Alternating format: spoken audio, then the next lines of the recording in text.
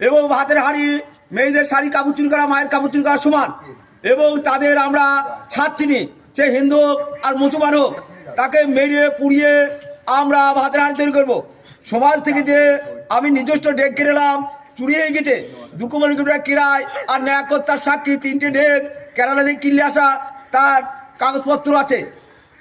এবং যে দোকানে কিনা তারও সার্টিফিকেট আছে, স্ট্যাম্প পেপারে সই আছে।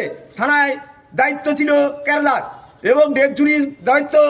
এবং যদি এতক্ষণ ভাতের হাঁড়ি না ফেরত দিচ্ছে, মনীষকে আমি ভাত দেওয়ার ক্ষমতা নাই।